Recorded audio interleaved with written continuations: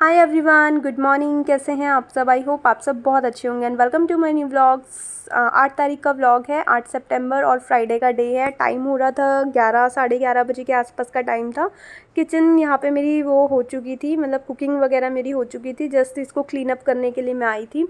और आज ब्रेकफास्ट में मैंने पराठे बनाए थे, जो कि घी का ये वाला कंटेनर था ना, इसमें घी बिल्कुल ख़त्म हो गया था। और घी का जो कंटेनर होता है ना, वो बहुत ज़्यादा स्टिकी ग्रीसी सा होता है। उसको वॉश करने में ना मेरे को बहुत ही ज़्यादा लेज़ीनेस लगती है।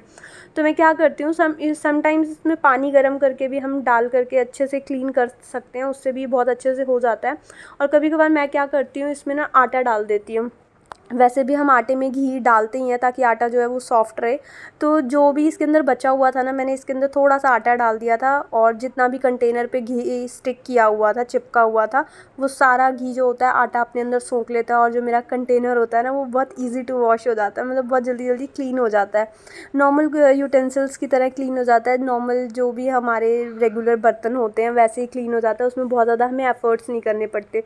तो कभी कभार मैं गर्म पानी करके भी कर लेती हूँ, और कभी कभार इस तरह से आटा डाल कर के भी कर लेती हूँ। गर्म पानी में भी ना थोड़ा सा उसमें चिकनापन रह ही जाता है, अगर एक बार करो तो उसके लिए 2 बार करना पड़ता है एटलीस्ट। तो मेरे को लगता है कि यार आटा डाल दो, आटा यूज़ भी हो जाएगा, और जो सबसे बड़ी बात, घी की वेस्टेज भी नहीं होएगी। आटे में तो वैसे भी घी लगाते हैं, तो आटा बहुत लॉन्ग टाइम तक ना ड्राई भी नहीं होता है। तो इस तरह से मैं इसमें ना घी डाल देती हूँ, जो वॉश करने के लिए जब भी कंटेनर होता है घी वगैरह वाला। और उसके बाद जो यहाँ पे एक प्लेटफॉर्म था वो मैं क्लीन कर रही थी, क्योंकि कुकिंग हुई थी तो साथ के साथ क्लीन कर देती हूँ ना, तो किचन फिर अच्छे से सिमटी हुई रहती है। और नेक्स्ट टाइम जब मैं कुकिंग करने के लिए आती हूँ तो मेरे को मतलब बहुत बर्डन फील नहीं होता। एकदम फैली हुई किचन छोड़ दो ना, तो हम जब नेक्स्ट टाइम कुकिंग के लिए आते हैं ना, तो यार तो मतलब मन सा नहीं होता। बिल्कुल एकदम नीट एंड क्लीन किचन में हम दिल से खुशी से कुकिंग कर पाते हैं।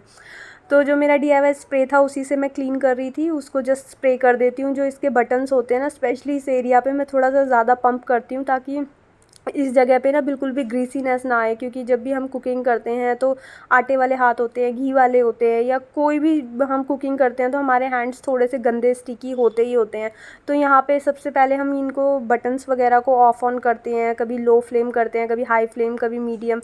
तो यहाँ पे ना ग्रीसीनेस बहुत जल्दी हो जाती है, तो इसलिए मैं यहाँ पे थोड़ा सा पंप ज़्यादा करती हूँ। और यहाँ पे मेरा कुकटॉप वगैरह अच्छे से क्लीन हो चुका था, प्लेटफॉर्म वगैरह सब चीज़ें मैं अरेंज करके सेट करके क्लीन करके आ चुकी थी। और उसके बाद बारी आई थी बेडरूम की। किचन से मैं फ्री हो गई थी, अब मेरे को बेडरूम अच्छे से क्लीन करना था। आज ना मॉर्निंग में मैंने झाड़ू वगैरह लगा दी थी, क्योंकि अभी G20 के चक्कर में बेटू की छुट्टियां चल रही हैं। उसको अब 11 तारीख को स्कूल जाना है। उसका जो एग्ज़ाम था, ओरल एग्ज़ाम चल रहे थे बेटू के, लास्ट रह गया था हिंदी का। तो वो वाला जो लास्ट हिंदी का ओरल एग्ज़ाम रह गया था वो भी पोस्टपोन्ड हो गया, अब 11 तारीख को होगा। और बेटू की स्कूल की जो है वो छुट्टियाँ हॉलीडेज़ हो गई। तो बेटू की स्कूल की छुट्टियाँ हो गई हैं, तो अभी थोड़ा सा इसको प्रिपरेशन भी साथ साथ करानी है, क्योंकि जैसे स्कूल खुलेंगे 12 तारीख से फिर बेटू के रिटन एग्ज़ाम है। तो यहाँ पे बेटू अपना बैठी हुई थी। थोड़ा सा ये होता है ना, छुट्टी वाले दिन हमारे को ना प्रेशर फील नहीं होता। हाँ, मतलब सुबह सुबह उठने वाला जो प्रेशर होता है ना, उससे मैं बहुत रिलैक्स हो जाती हूँ। और मनीष के साथ मेरे को इतना ज़्यादा बर्डन फील होता नहीं। मेनली बेटू के स्कूल के लिए ही मेरे को बहुत ज़्यादा जल्दी उठना पड़ता है, अदरवाइज़ मनीष के लिए इतना जल्दी मेरे को कुकिंग वगैरह नहीं करनी होती है। तो आजकल थोड़ा सा रिलैक्स हूँ मैं, मतलब बहुत हौच पौच नहीं है। और उसके बाद फिर आज मेरे को कर्टन्स वगैरह हैंग करने थे। लास्ट वीडियो में मैंने कर्टन्स वगैरह उतार दिए थे फाइनली, और वो वॉश करके मैंने रख दिए थे। तो मेरे कुछ पुराने कर्टन्स रखे हुए थे, मैंने कहा कि मैं फॉर अ चेंज वो वाले कर्टन्स जो है वो हैंग कर देती हूँ। होता है ना, वैसे तो वो वाले कर्टन्स जो अभी मैं लगा रही हूँ ये वाले काफ़ी ज़्यादा पुराने हैं ये।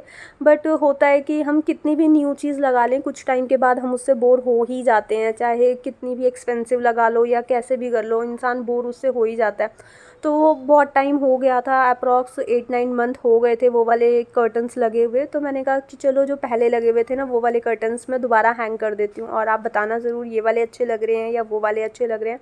आई थिंक ये वाले ज़्यादा बेटर लग रहे होंगे देखने में, क्योंकि वो वाले ना ऑलमोस्ट ग्रे हो चुके थे, उसका कोई लुक ही नहीं आता था। क्योंकि वाइट चीज़ का ना लुक तभी आता है जब उसके ऊपर सनलाइट आती है। अगर बैक साइड से हमारे सनलाइट का ऑप्शन होता ना, तो वो जो वाइट कलर होता है वो उभर के आता है थोड़ा सा। और पीछे से उसको कोई लाइट नहीं मिलती थी ना, तो वो बहुत डल डल से मुझे लगते थे। तो बेटर लग रहा था अभी ये वाला। अभी मैं फ़िलहाल हैंग कर रही थी तो उसकी जो एक वाली रिंग होती है ना वो बाहर की साइड रह गई थी और मेरे को पता नहीं चला अभी, इसलिए मेरे को दोबारा उतारना पड़ा। ये देखो अभी मैंने देखा कि इसकी एक जो रिंग है ना वो अच्छे से हैंग हुई नहीं है, तो दोबारा से मैंने उसको उतारा और ये रिंग मैंने दोबारा इसमें डाली। ये रॉड ना इतनी बड़ी है, मैंने इसको साथ के साथ क्लीन भी कर दिया था। बेटू से मैंने वो वाला क्लॉथ मंगवा लिया था क्लीनिंग वाला, और उससे मैंने इसको रॉड को भी अच्छे से क्लीन कर दिया था। अभी कुछ दिन पहले ही मैंने रॉड को क्लीन करा था, बट स्टिल बहुत ज़्यादा गंदी हो गई थी, क्योंकि ये वाली जो क्लीनिंग होती है ना हम रेगुलर बेसिस पे नहीं करते हैं। बहुत होता है कि कभी कभार जब हम कुछ कर्टन से रिलेटेड कर रहे हैं या फिर कुछ डीप क्लीनिंग करने में लगे हैं तब जा कर के ये सब काम हम करते हैं। तो मैंने यहाँ पे रॉड भी अच्छे से क्लीन कर दी थी और कर्टन्स हैंग कर दिए थे और ये वाला एलईडी बल्ब भी लगा दिया था। इसके बिना लाइटिंग जो है वो बहुत ज़्यादा कम आती है, मतलब बेडरूम में सनलाइट, बेडरूम में क्या आगे वाले रूम में भी बिल्कुल भी सनलाइट आती नहीं है। बिल्कुल ब्लैक अंधेरा सा रहता है हमारे घर में दिन हो या रात एक जैसा ही लगता है। और उसके बाद फिर वही जो क्लॉथ था मैंने सारी विंडोज़ वगैरह भी उससे क्लीन कर दी थी साथ के साथ, क्योंकि अगर वहाँ पे डस्ट होगी ना तो अभी मैंने वॉश करे हुए कर्टन्स लगाए हैं तो उसमें भी डस्ट लगेगी और वो जल्दी गंदे हो जाएंगे। और ये वाला आई थिंक थीम के साथ ज़्यादा बेटर लग रहे होंगे, क्योंकि ये सारा फर्नीचर जो है वो सेम कलर का है और मोस्टली मेरे पास बेडशीट्स भी हैं ना वो भी इसी कलर की हैं। वैसे तो बेडशीट्स वगैरह जो भी हैं मेरे पास वो मैंने खुद से नहीं करी हुई परचेज़ करी हुई। जो परचेज़ मैंने करी हुई थी वो मैं ज़्यादा भी चाहती थी, वो मैंने सारी यूज़ करके निकाल दी। उसके बाद जैसे होता है ना गिफ्टिंग आइटम्स हमारे पास बहुत सारी इकट्ठी हो जाती है, तो वही अभी 3-4 बेडशीट्स जो भी बची हुई हैं मेरे पास वही मैं यूज़ कर रही हूँ, जो मेरे को गिफ्टिंग करी हुई थी। और अभी मैंने कुछ ऑर्डर भी करी थी तो मैं वेट कर रही हूँ तो कि उसको मैं थोड़ा टाइम रुक के बिछाने वाली हूँ। तो फ़िलहाल एक चेंज करती हूँ, दूसरी वाली भी जो बेडशीट है मेरे पास वो भी इसी कलर की हो जाती है, तो ठीक है थोड़ा सा मैचिंग मैचिंग हो जाता है। और उसके बाद मॉर्निंग में मनीष ने यहाँ पे प्रेस करी थे अपनी शर्ट को, तो प्रेस वहीं पे रख दी थी क्योंकि गर्म होती है तो उस टाइम वो फिर उसको पैक करके नहीं रख सकते, तो उन्होंने बाहर ओपन छोड़ी हुई थी, वो भी मैंने उसको वायर वगैरह फ़ोल्ड करके वो भी उसकी जगह पे रख दी थी। और झाड़ू मैं आज सुबह ही लगा चुकी थी क्योंकि लेट उठी थी तो आराम से कोई ऐसा प्रेशर नहीं था, तो टाइम था मेरे पास अच्छा खासा, तो मैंने मॉर्निंग में ही लगा दी थी। और उसके बाद फिर यहाँ पे मैं डस्टिंग करने लगी थी साथ के साथ। उसी क्लॉथ से मैंने थोड़ा सा वेट था ये क्लॉथ, इससे मैंने सारी डस्टिंग भी अच्छे से कर दी थी। थोड़ा सा एक्चुअली मेरे गले में थोड़ी सी प्रॉब्लम है, मैं कंटिन्यू वॉइस ओवर कर रही हूँ ना जिसकी वजह से मेरे गले में खराश आ रही है, तो I am so sorry disturbance के लिए। और उसी के साथ फिर यहाँ पे मैं मिरर्स वगैरह भी आज क्लीन करने वाली थी, क्योंकि मतलब होता है ना पूरी तरह फ्रेश वाइब्स चाहिए थी तो मिरर्स क्यों छोड़ने थे, तो मैंने साथ के साथ मिरर्स भी क्लीन कर दिए थे। बच्चे वाला घर है ना तो थोड़े से मिरर्स जो है वो फ्रीक्वेंटली गंदे हो जाते हैं, क्योंकि बच्चे अपने आप को देखते हैं, टच करते हैं, और स्पेशली गर्ल्स तो मिरर के सामने ही रहती हैं। तो ये वाले सारे मिरर्स मैंने दोनों अच्छे से क्लीन कर दिए थे कॉलिन के साथ। और ये वाला कॉलिन मैं खाली होने का वेट कर रही हूँ, क्योंकि मेरे को अब मिरर्स वगैरह क्लीन करने के लिए भी अपना कुछ डीआईवाई घर पे ही बनाना है। वैसे तो जो अभी मैंने लास्ट आप सबके साथ लास्ट वीडियो में शेयर करा था उससे भी मिरर्स क्लीन हो जाते हैं, बट समटाइम्स ऐसा होता है कि अगर उसमें टूथपेस्ट ज़्यादा चली गई हो ना तो उसमें वाइट कास्ट आ जाता है। बट मैंने एक दूसरा भी और अभी सीखा है तो मैं वो वाला ट्राई करना चाह रही हूँ, और उसके लिए चाहिए मेरे को एक स्प्रे बॉटल, तो मैं फटाफट कॉलिंग फिनिश होने का वेट कर रही हूँ। और अगर वो डीआईवाई वर्क करा मिरर्स के लिए तो मैं वही बनाया करूँगी, और नहीं करा तो दोबारा कॉलिन पे आ जाऊँगी। और उसके बाद फिर यहाँ पे लास्ट स्टेप था मॉपिंग का, क्लीनिंग का लास्ट स्टेप होता है मॉपिंग, तो वही मैं कर रही थी। बेडरूम में मैंने अच्छे से सब कुछ कर दिया था और बाहर मैं मॉपिंग करने के लिए आ गई थी। ये वाला मैट था ना मैंने हटा करके साइड में खड़ा कर दिया था इस तरह से, क्योंकि जैसे फ्लोर वेट होता है ना और इसके ऊपर मैं एकदम से मैट डाल देती हूँ, तो जब मैं स्कूल जाती हूँ बेटू को लेने के लिए का 1-1.5 घंटा हो चुका होता है, अप्रॉक्स 1 आवर भी हो चुका होता है, तो उस जब मैं हटाती हूँ ना उसको अंदर करने के लिए तो उस एरिया में ना पूरी मैट, अभी जिस एरिया पे मैट रखी होती है वो पूरा गीला होता है, तो इसलिए आज ना मैंने ऐसे खड़ी रख दी थी ताकि फ्लोर अच्छे से ड्राई हो जाए। फ़ैन मैंने ऑन करा हुआ था, फ्लोर अच्छे से ड्राई हो जाए उसके बाद मैं मैट इस तरह से बिछा दूँगी ताकि वो फ्लोर जो है ना वहाँ से गीला ना रहे। और उसके बाद मैंने फ़ैन लाइट सब ऑफ़ कर दी थी, क्योंकि जब इलेक्ट्रिसिटी का यूज़ ना हो तो हमें सारी चीज़ें स्विच ऑफ़ कर देनी चाहिए। अभी मेरा वहाँ पे कोई काम नहीं था इसलिए मैंने सारी चीज़ें ऑफ़ कर दी थी। हल्की फुल्की सनलाइट आती है तो उससे काम चल जाता है, और अगर कुछ काम कर रही होती हूँ तो मैं लाइट्स ऑन कर लेती हूँ। उसके बाद पानी वानी पिया मैंने, 10-12 मिनट बैठ गई थी, और उसके बाद फिर मैं यहाँ पर आई थी। मेरे को नहाना था, एकदम से काम करके ना स्वेटिंग आई होती है बॉडी में, गर्म हो जाती है हमारी बॉडी में, मतलब गर्म, बॉडी में गर्म नहीं हो जाती, बॉडी गर्म हो जाती है। तो एकदम से नहाने नहीं जाना चाहिए, तो 5-10 मिनट्स ऐसे हमको रेस्ट करना चाहिए। तो 5-10 मिनट्स में रेस्ट करके आ गई थी। फिर मुझे याद आया कि छाछ जो है ना वो 1-2 दिन से एक्सपायर हो गई है और मेरी थोड़ी तबीयत भी ठीक नहीं है, तो छाछ सिर्फ मैं ही पीती हूँ और वो आने वाले 2-4 दिन और भी ज़्यादा यूज़ होने नहीं वाली थी। और वैसे भी वो लास्ट उसकी आज की डेट थी, आई थिंक एक्सपायर नहीं हुई थी, आज ही की उसकी लास्ट डेट थी और आगे यूज़ होनी नहीं थी। मनीष छाछ पीते नहीं है और बेटू को भी मेरे साथ थोड़ा थोड़ा सा ऐसे लग रहा था कि कोल्ड होगा अभी। तो मैंने क्या करा, वो छाछ को मैंने सर पे लगा लिया था और जो बची हुई थी वो मैंने रख दी थी कि नेक्स्ट टाइम एक आधा दिन छोड़ करके फिर से मैं लगा लूँगी। और उसके बाद फिर मैंने 1 घंटा लगाया छाछ को सर पे और उसके बाद मैं हेयर वॉश करके आ गई थी और बेटू को भी यहाँ पे मैंने साथ साथ नहला दिया था। पहले बेटू को नहला दिया था, फिर मैं खुद नहा करके आ गई थी।